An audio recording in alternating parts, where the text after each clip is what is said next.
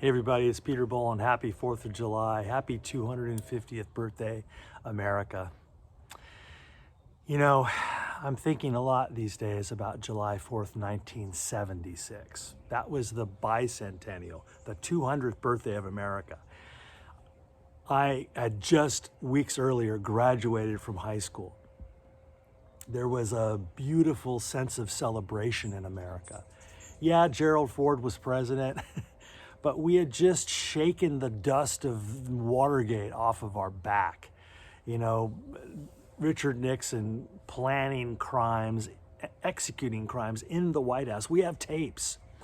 And so by the time Nixon was done, he was on the verge of impeachment and expulsion from office. He resigned in shame, flew home to his house in San Clemente, and Vice President Gerald Ford stepped in.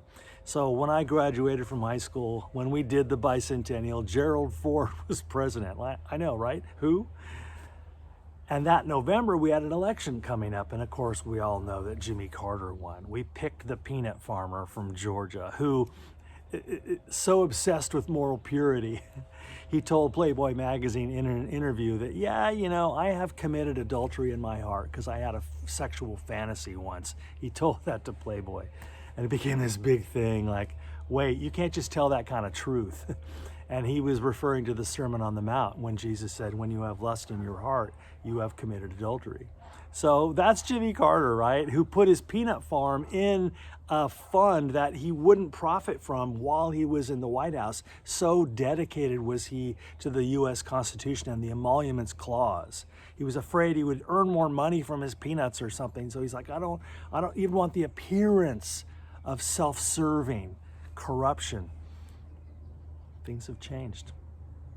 So here we are in this, what should be a beautiful, apolitical, unifying American celebration.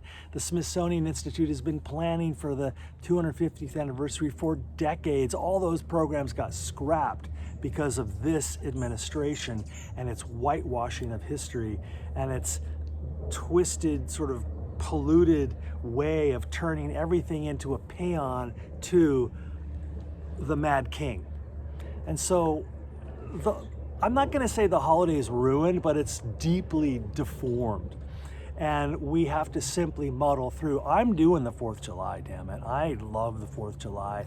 I still believe in this country. I believe to my bones what Bill Clinton said in his first inaugural address when he said, there's nothing wrong with America that cannot be fixed by what is right about America. I still think that's true. So I haven't given up yet.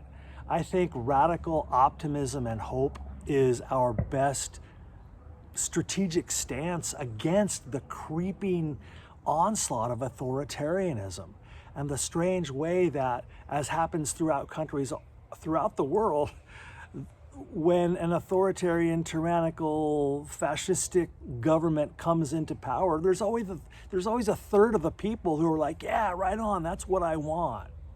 So here in America, we have never in our lifetime seen this kind of division, entire families divorced, estranged, friendships divorced, estranged, business partnerships. It's like one of those disaster movies where the world is ending and a fissure opens up and some people are on this side and the other people are on that side. And then how do we build bridges across? I don't know. But wherever I go to speak, whenever I perform my music or when I write stuff and people write back to me, the question is always, Peter, I don't know how to stay hopeful. I don't know how to keep alive my faith in humanity, in this country. It's so much bigger than the wrong guy won the election, right? We're way past that. This isn't even political anymore. Something feels so deeply diseased and broken. I don't think Trump caused it, but he, as many people have said, he revealed it. And there is a darkness in us as individuals. There's a darkness in us collectively. It's a human problem. It's not unique to America.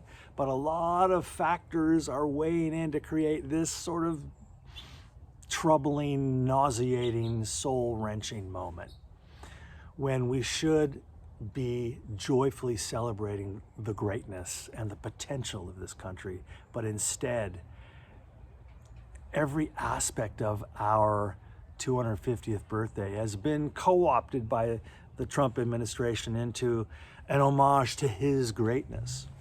And naturally, the vast majority of us want nothing to do with any of that nonsense. Even his own followers aren't going to his events. It's hollowed out. And it's hard to say, everything's fine, we're just gonna have a great happy 4th. You know what people are talking about? Their recipes. What are you gonna cook? What are you gonna grill? How do you make potato salad? You know, we just go back to the elements. What are we gonna eat? And just being with our people and as best we can muddling through. So I just wanted to send this out to everybody to say, look, you do the 4th of July the way you want to do it. We need to be true to ourselves, feel our feelings, say what's true for us. But I would just also add a challenge to stay awake to the possibility of America. It's not all destroyed. Even though the crimes of this administration have literally killed people all over the world with the cutting of international aid for health initiatives and so on. The body count is mounting, even though there are countless people suffering under these draconian immigration roundups, even though some of us, for simply peacefully protesting, have been gunned down in the street by masked secret police, so-called federal agents.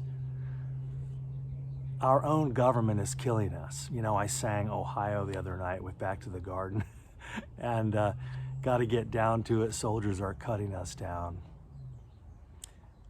That song never gets old, sadly. And yet, many things can be true at once. Nothing is ever just this or just that. And so our challenge as human beings is to stay awake to the nuance, to the multiplicity, to the multifariousness of all of these perspectives swirling around. The Buddhists call it mutual arising or interdependent origination. Everything's coming up together, and we can tip the balance. Yes, as Dr. King said, quoting voices from a century before, that the moral arc of history is long, but it bends toward justice. And as many have said, it is we who must do the bending. Exert pressure in your one little life simply by choosing to know that something better is coming. And out of the conflagration and suffering of this time, out of those ashes, something new is being born. There are always great, trust me, great young people coming up with passion and drive and hope. And damn it, they deserve a world. They deserve a life. They deserve an America that makes sense, that even at least tries to live up to its ideals. And they ain't getting it right now. And they know it and they feel it, and nobody has to tell them that. Something is dying. And we don't know the timetable. We don't know when the pangs of rebirth will finally emerge from the shadows.